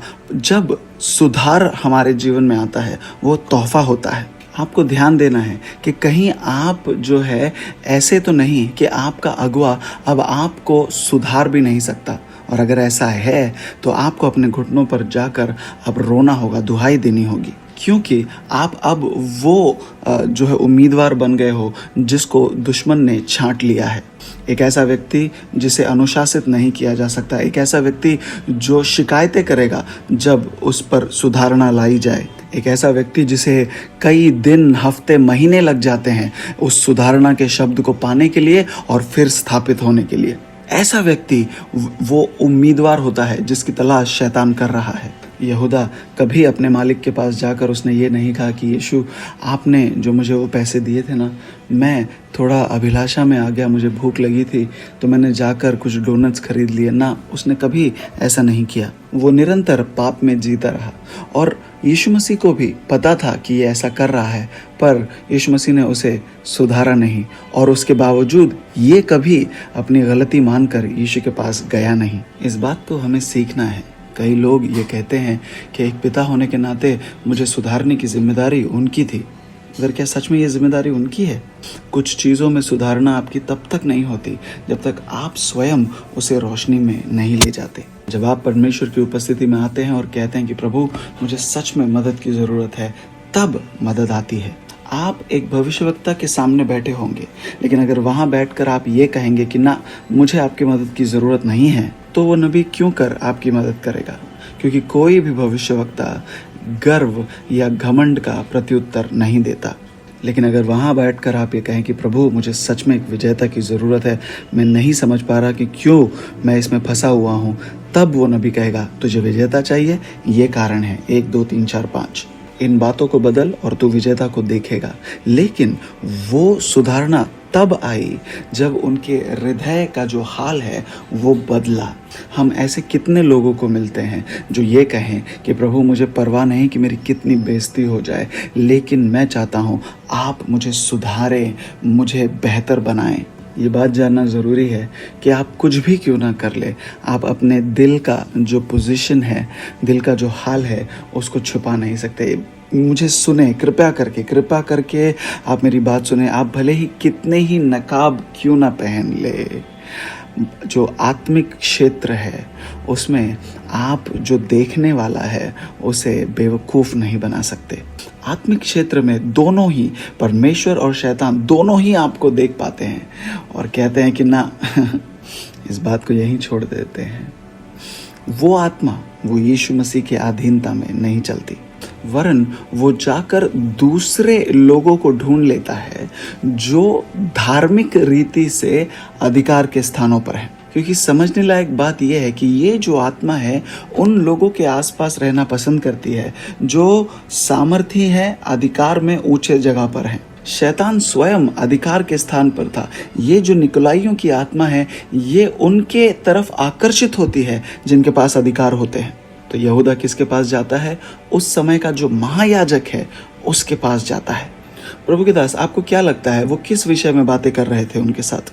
क्या आपको लगता है वो वहाँ जाकर उनसे स्त्रियों के विषय में बात कर रहा था? क्या विषय हो सकता है? किस बारे में वो बात कर रहे थे? ये बातें सोचने लायक है कि आखिर ऐसा क्या हुआ कि यहूदा ने अपने ही मालिक को धोखा दिया। आखिर वो लोग मिलकर वहाँ क्या बातें कर रहे थे? वे लोग जब भी मिले उन्होंने वचनों के विषय में बात किया। आपने शायद मेरी बात सुनी नहीं, समझी नहीं। उन्होंने वचनों के विषय में ही बातें की और उस महायाजक ने वहां बैठकर यहूदा को बताया होगा कि किस तरह उसका स्वामी परमेश्वर के वचनों को और ज्ञान को लेकर गलत है। हफ्ते दर हफ्ते वे यहूदा के मन को प्रभावित करने में लगे रहे। उससे पूछा होगा, यहूदा क्या तू सच में परमेश्वर से प्रेम नहीं करता? क्या तू इज़राइल के लोगों को बचाना नहीं चाहता? तू ही तो है अकेला जिसके द्वारा परमेश्वर इज़राइल को ये जो झूठा शिक्षक है यीशु उसके हाथों से बचा पाएगा। क्या लगता है आपको वो क्या बातें कर रहे थे? उन्होंने इन्हीं सारे बातों से उसे रजामंद कर लिया कि वो परमेश्वर की सेवा करेगा अगर वो यीशु को पकड़वाएगा। तो निकोलाइयों की आत्मा जो उन लोगों को अपना निशाना बनाती है जो ऊंचे स्थानों पर अधिकार के जगहों पर है, वो यहूदा के ऊपर भी उतर आई क्योंकि वो भी अधिकार के स्थान पर था पर जवाबदेही नहीं था। और ये आत्मा ऐसे ही लोगों की ओर आकर्षित होती है जो जवाबदेही नहीं होते। आप स्वयं निकोलाउस के जीवन में इसे देखेंगे कि वो उन 7 लोगों में था जिसे भोजन परोसने के लिए चुना गया था, मगर वो एंटियोक में जाकर क्या कर रहा है। और इसी बात को जो प्रेरित हैं अब स्थापित करने की कोशिश कर रहे हैं कि देखो वो आया तो था लेकिन हमने उन्हें भेजा नहीं। हमने तो उसे खाना परोसने को कहा था, प्लेट थामने को कहा था, मगर ये जो भाई है उसे ध्यान आकर्षित करना बहुत अच्छा लगता है। उस भाई को इस बात में बहुत आनंद आने लगा कि अरे अब तो मुझे भी बुलाया गया है, उसे एक ओहदा दिया गया, शीर्षक दिया गया और उस बात से वो बहुत प्रसन्न था। और यहाँ आप उसे देखते हो कि वो अलग अलग जगहों में जाता है और मानो दुश्मन के हाथ में एक औजार की तरह काम करने लगता है। प्रभु के दास, इस बात की संभवता बहुत ज़्यादा है कि निकोलाउस को स्वयं ये पता नहीं था कि उसका दुश्मन इस्तेमाल कर रहा है। और ये बहुत ही गंभीर और डरावनी बात है क्योंकि आप देख रहे हो कि किस तरह ये आत्मा लगातार काम करता रह सकता है क्योंकि ये लोग जवाबदेही पसंद नहीं करते। परमेश्वर ने उन्हें किसी स्थान पर रखा है पर वो उस स्थान में जवाबदेही नहीं रहना चाहते। और हमने इस बात को हमारी पीढ़ी में बार बार कई बार देखा है कि जैसे ही किसी व्यक्ति के ऊपर अभिषेक आ जाता है उसकी भाषा बदल जाती है। अब देखेंगे कि वे लोग जवाबदेही से नफरत करने लगते हैं। वो कहते हैं मैं किसी और को उत्तर नहीं देता, केवल परमेश्वर को उत्तर देता हूँ। मुझे किसी और की ज़रूरत नहीं, केवल परमेश्वर की ज़रूरत है। मुझे किसी कलीसिया की ज़रूरत नहीं, मैं स्वयं कलीसिया हूँ। ये भाषा जो है ये निकोलाइयों की आत्मा की भाषा है। और ये सब वो क्यों कहते हैं? क्योंकि वो किसी की अधीनता में जीना नहीं चाहते। क्योंकि कोई भी ऐसा व्यक्ति नहीं होगा जो अधीनता को पसंद करता है और ये कहे कि तुम्हें कलीसिया की ज़रूरत नहीं। आप इन बातों को उन्हीं के जीवन में जो है जाहिर होता हुआ देख पाएंगे जो स्वयं अधिकार का आनंद उठाते हैं मगर दूसरों से कहते हैं किसी के अधिकार के तले बने मत रहना। वो स्वयं लोगों को सिखाना पसंद करते हैं मगर दूसरों से कहेंगे उसके शिक्षण को सुनना नहीं। वे लोग जो करते हैं उसमें वो आनंद लेते हैं मगर फिर भी वो दुश्मन के द्वारा इस्तेमाल किए जा रहे हैं ताकि वो ऐसी भेड़ों के बीच चुपके से शामिल हो जाए जो उस पर शक नहीं करती। और वे सभी लोग उस पर विश्वास करना शुरू कर देते हैं। क्यों? क्योंकि वो कहते हैं अरे देखो कितना सुंदर गीत गाता है, देखो वो भी अन्य भाषा में प्रार्थना कर रहा है, उसकी आवाज़ कितनी मधुर है, देखो वो कितनी सुंदर रीति से हाथ उठाकर आराधना करता है, या देखो वो कितने ही उसने वचनों को अपने हृदय से जस्ट बोल दिया। इन सारी चीज़ों के बावजूद वो ऐसा था जिसे आपके लिए भेजा नहीं गया था। और ऐसे ही लोग होते हैं जो दूसरों को प्रभु से दूर ले जाते हैं। यहूदा इस बात को बहुत अच्छे रीति से ख़त्म करता है। अगर आप ध्यान दें, यहूदा की पुस्तक में केवल एक ही अध्याय है। अगर आप उसके 17वें वचन को पढ़ें, यहूदा पहला अध्याय 17 वचन से आगे। पर हे प्रियो, तुम उन बातों को स्मरण रखो जो हमारे प्रभु यीशु मसीह के प्रेरित पहले ही कह चुके हैं। वे तुमसे कहा करते थे, पिछले दिनों में ऐसे ठट्टा करने वाले होंगे जो अपनी अभिव्यक्ति की अभिलाषाओं के अनुसार चलेंगे, भक्ति की अभिलाषाओं के अनुसार चलेंगे। तो इस प्रकार के लोगों की जो है होने की भविष्यवाणी पहले से ही कर दी गई थी कि आगे के दिनों में जब तुम ठट्टा करने वालों को देखो तो तुम आश्चर्यचकित न होना। आगे पढ़ेंगे।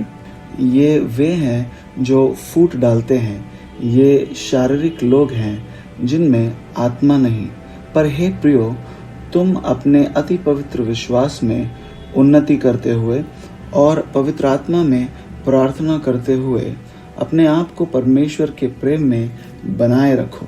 तो अगर आप अपने आप को इस निकोलाइयों की आत्मा से बचाए रखना चाहते हैं, अगर आप अपने आप को, अपने परिवार या अपनी कलीसिया को इस तरह के लोगों से बचाए रखना चाहते हैं, क्योंकि वचन कहता है कि ये चुपके से आते हैं जब किसी को पता भी नहीं चलता, क्योंकि ये एक ऐसी आत्मा है जो कलीसिया में रहना पसंद करती है। ये आत्मा ऐसी नहीं है जो ये कहे कि मैं किसी पब में बैठा हुआ हूँ, मैं कलीसिया नहीं जाना चाहता। ना, ये आत्मा कलीसिया में रहना पसंद करती है। और जब ये आत्मा कलीसिया के अंदर, आपके परिवार के अंदर दाखिल होती है, तब आप देखते हैं कुछ होता है।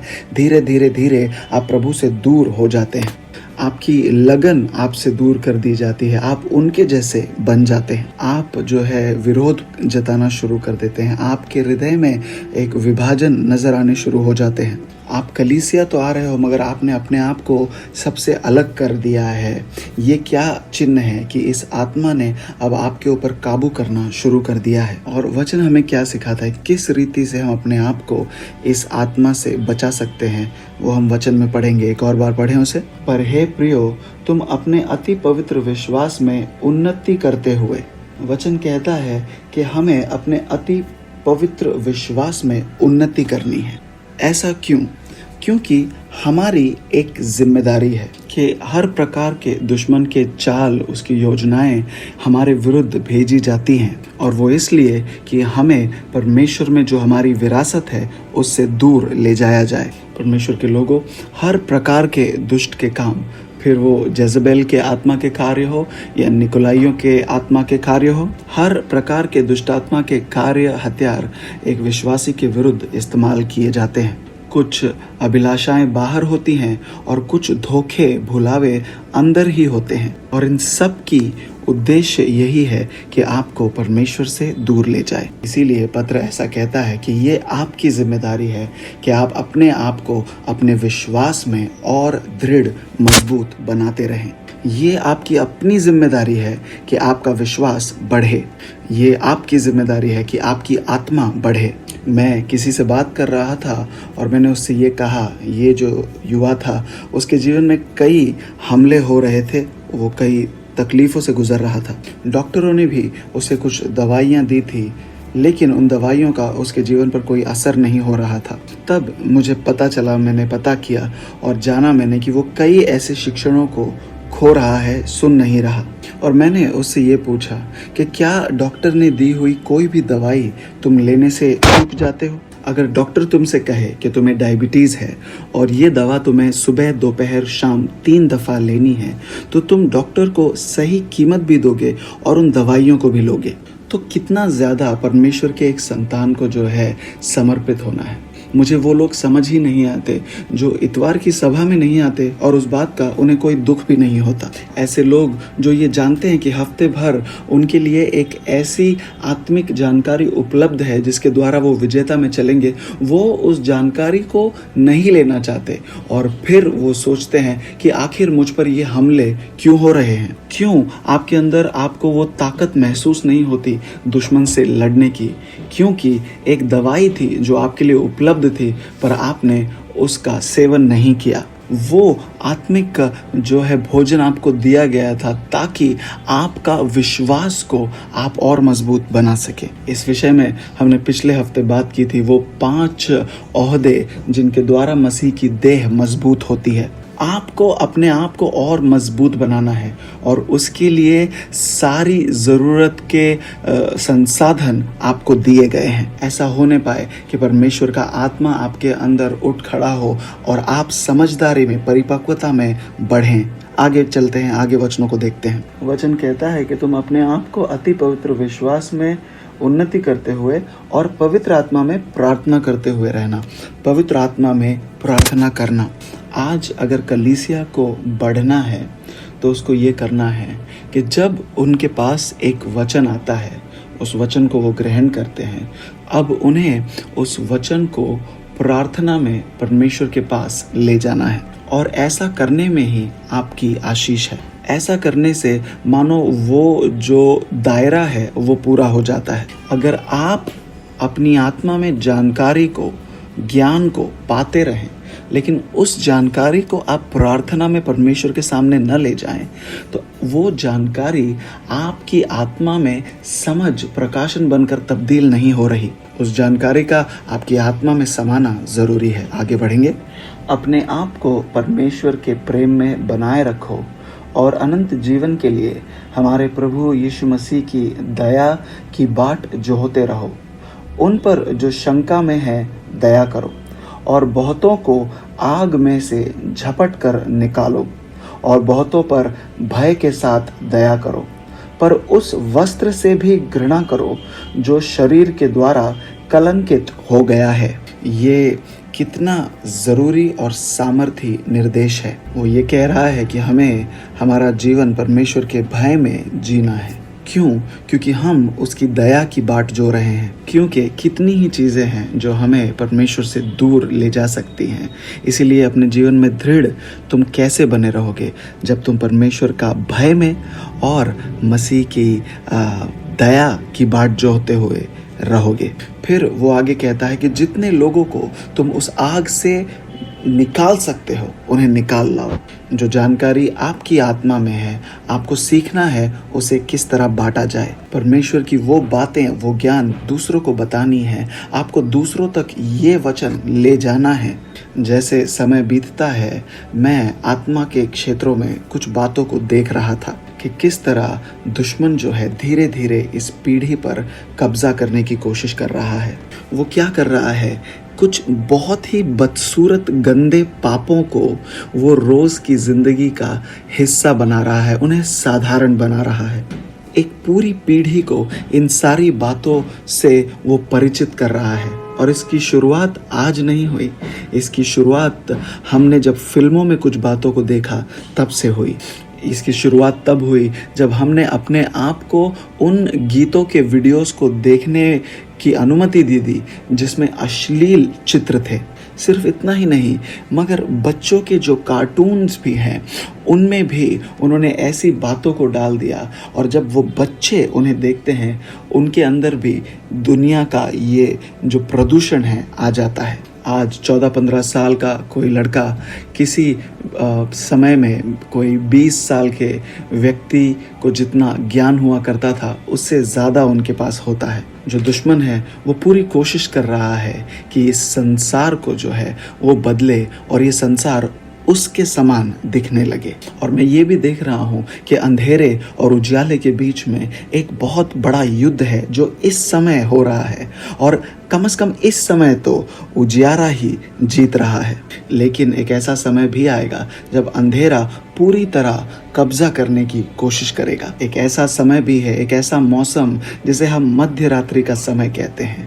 अगर हम प्रार्थना न करें परमेश्वर के लोगों, अगर हम परमेश्वर की बाट न जोहें, इसीलिए इस मौसम में अब जो समय है हमें जितने लोगों को हो सके प्रभु के लिए जीतना है, जितने लोगों को हो सके उस आग से बाहर निकालना है। और वो कहता है कि ये सब कुछ तुम तब करना, और उसके साथ साथ इस बात पर ध्यान देना कि तुम उस वस्त्र को भी न छूना जो शरीर के द्वारा कलंकित किया गया है। इस वचन को एक और बार पढ़ें पास्टर जी।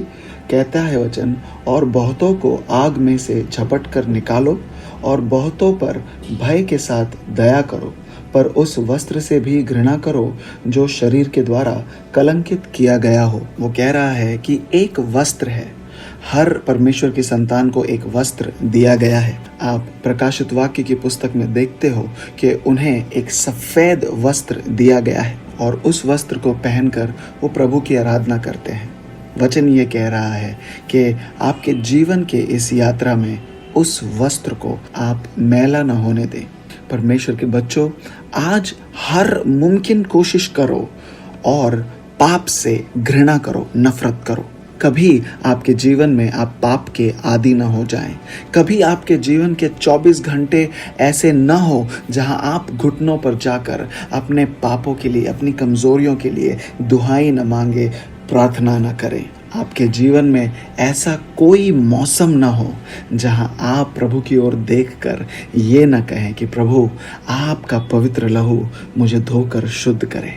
आपका पवित्र लहू जो आपने मेरे लिए क्रूस पर बहाया वो आकर मुझे मेरे पापों से धो दे प्रभु जी, ताकि प्रभु जब आप वापस आए आप मुझे पाएं और मेरे दिए में आपको तेल नजर आए, और ऐसा हो कि मेरा दिया जलता रहे।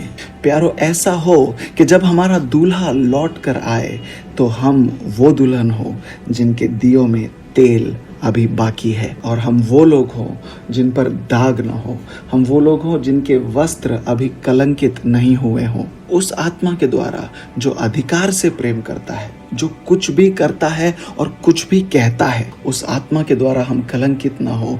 जो कुछ भी करेगा किसी भी पाप को हमारे जीवन में लाने की कोशिश करेगा, ताकि हमें हमारे पिता के प्रेम से, उसकी गोद से वो दूर ले जा सके। प्रभु हमारे साथ है, प्रभु हमारी ओर देख रहे हैं, और वो हर भुलावे की आत्मा को पहचानने के लिए आपकी आंखों को आज खोल रहे हैं।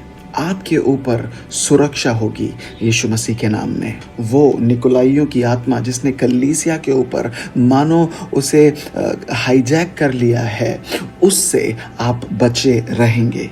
ये आत्मा जो अधिकार पसंद करती है और विभाजन लाना चाहती है, उसका आपके ऊपर कोई अधिकार नहीं होगा यीशु मसीह के नाम में। और आप हर उस शिक्षण का इनकार कर सकेंगे जो आपको परमेश्वर के प्रेम से दूर ले जाने की कोशिश करेगा, जो आपको आपके लक्ष्य से कि यीशु का सबसे उत्तम प्रेम करने वाला बनना है उससे दूर ले जाने की कोशिश करता है। आप इनकार कर पाएंगे।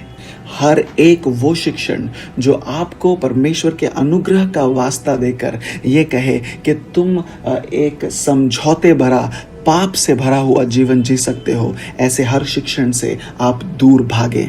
हर एक शिक्षण जो आपसे कहता है कि आप पाप में जीते रह सकते हो और वो ठीक है, मेरे प्यारे परमेश्वर के लोगों, आज का ये दिन आखिरी दिन होगा जब आप ऐसे किसी शिक्षण को अपने जीवन में जगह देंगे, क्योंकि जिस परमेश्वर की हम सेवा करते हैं वो पवित्र परमेश्वर है।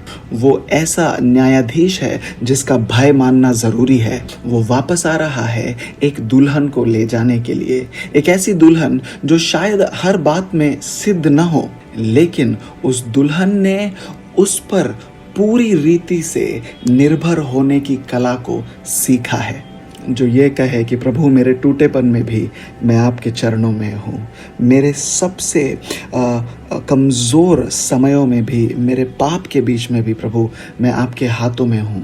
परमेश्वर आपकी ओर देख रहे हैं प्यारो, और उत्तम बातें अभी होने को है।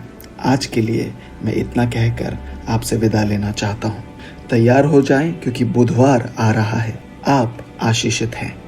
हमारे नबी, हम धन्यवाद करते हैं आपका इस शिक्षण के लिए। आज से पहले शायद हम इस बात को कभी पहचान नहीं पाते। ये कितने ही लोग हैं जो हमारे जीवनों में, हमारे विचारों में दाखिल हो जाते हैं, यहाँ तक कि हमारे हृदयों में, हमारे विश्वास में दाखिल हो जाते हैं, अलग अलग जरियों के द्वारा। फिर वो टेक्स्ट मैसेज हो, या हमने टीवी पर जो देखा हो, या सोशल मीडिया पर क्यों कुछ न देखा हो, इन सारी बातों को जिन्हें हमने जगह दी है, हम ये समझ नहीं पा रहे थे कि ये ही वो जंगली बीज हैं जो दुश्मन हमारे अंदर बोता है। हम ये आज तक समझ नहीं पाए थे कि ये काम उसी पुराने सांप का है जो पहले से ही दंड के अधीन किया गया है, लेकिन आज हम उसे देख पा रहे हैं। इसीलिए हम धन्यवाद करते हैं आपका। मैं जानता हूं कि आज से हम हर एक मैसेज को, हर एक आवाज़ जो हमारे पास आती है, उसे गंभीरता से जांचेंगे। हर आवाज़ जो हमारे पास आई है पर हमारे प्रति भेजी नहीं गई, हम उसको एक अलग रोशनी में देख पाएंगे। हम आपका धन्यवाद करते हैं। परमेश्वर के लोगों, आज हम शब्दों में बयान नहीं कर सकते, इतना आशीषित हुए हैं। आज का दिन आप कभी नहीं भूलेंगे। ये वो दिन है जहाँ आप पूरी तरह सुरक्षित कर दिए गए हैं। याद रखें, इस हफ्ते जो निर्देश आपको दिए गए हैं उनमें आप बने रहें, वचन में बने रहें। आज का दिन ये नया दिन है। प्रभु आपको आशीषित करे।